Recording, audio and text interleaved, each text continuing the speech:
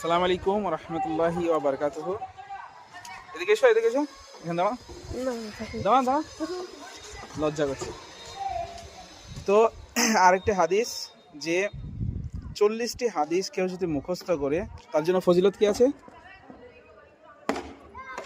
জানো না? কি? আমাদের নবী মুহাম্মদ সাল্লাল্লাহু আলাইহি সাল্লাম তার জন্য সুপারিশ করবে। বলো। হাদিস নাম্বার 1, আদ-দীনু ইসরুন, দিন খুব সহজ ও সরল। হাদিস নাম্বার 2, মিফতাহুল জান্নাতিস সালাহ, বেহেশতের চাবি নামাজ। হাদিস নাম্বার 3, জোরে বলো। মান গাশানা ফালাইসা মিন্না, যে ব্যক্তি আমাদের ধোঁকা দেয় সে মুসলমানদের অন্তর্ভুক্ত নয়। হাদিস নাম্বার 4, আসসালামু ক্বাবলাল কালাম, কথাবার্তার পূর্বে সালাম করিবে। হাদিস নাম্বার 5, আলাইকুম বিসসিদক, তোমাদের উপর সত্য কথা বলা অপরিহার্য। হাদিস নাম্বার 6, আত-তুহুরু শাত্রুল ইন্নামাল আমালু বিন্নিয়াত, আমার ফলে নিয়তের উপর নির্ভরশীল। হাদিস নাম্বার 6, আত-তুহুরু শাত্রুল ঈমান, পবিত্রতা ঈমানের অর্ধেক। হাদিস নাম্বার 7, হাদিস নাম্বার 8, মানে তাবানু বাতা ফালাইসা মিন্না, যে ব্যক্তি আমাদের যিনি ছিনেন না সে মুসলমানদের অন্তর্ভুক্ত নয়। হাদিস নাম্বার 9, আল জান্নাতু তাহতা আকদামি উম্মাহাতি, হাদিস মায়ের পানে জান্নাত। হাদিস নাম্বার 10, ইসদানিবুল গাদাব, রাগ থেকে দূরে থাকো।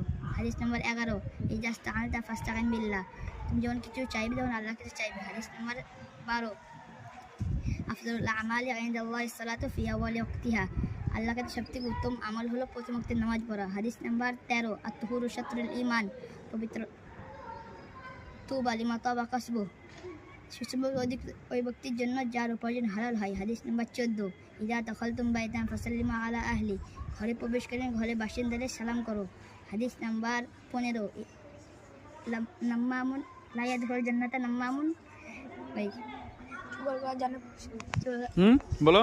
চুগলখোর চুগলখোর জান্নাতে জান্নাতে প্রবেশ করবে না। প্রবেশ করবে না। চুগলখোর জান্নাতে প্রবেশ করবে না। হাদিস নাম্বার 16, আহসানুল কালামি কালামুল্লাহ, সবথেকে ভালো কথা আল্লাহর কথা। হাদিস আচ্ছা থামো। আচ্ছা চুগলখোর কি? হ্যাঁ, চুগলখোর মানে আমি জানি না। হ্যাঁ জানি না বললে হবে? মানে চুগলখোর মানে হচ্ছে যে কারো পিঠ পেছনে কথা বলে দিয়ে চুগলাম করে, বলে না, মানে খারাপ কথা বলে, হয়তো এর দুর্নাম দিচ্ছে। তুমি ধরো এই ছেলেটার দুর্নাম দিচ্ছ সুলাইমান শেখের, ঠিক আছে? এই সুলাইমান শেখের দুর্নাম দেওয়ার কারণে সেই ব্যক্তি হচ্ছে চুগলখোর, মানে পেছনে গীবত করলো, ঠিক আছে? এই গীবত করার কারণে সে কি হবে? জান্নাতে প্রবেশ করবে না, তাই তো? কি হাদিসটা কি? চুগলখোর জান্নাতে প্রবেশ করবে না, এটা হাদিসটা জোরে বলো। মাশাআল্লাহ। তো আবার পরবর্তীকালে ইনশাআল্লাহ তোমার কটা হাদিস মুখস্থ আছে?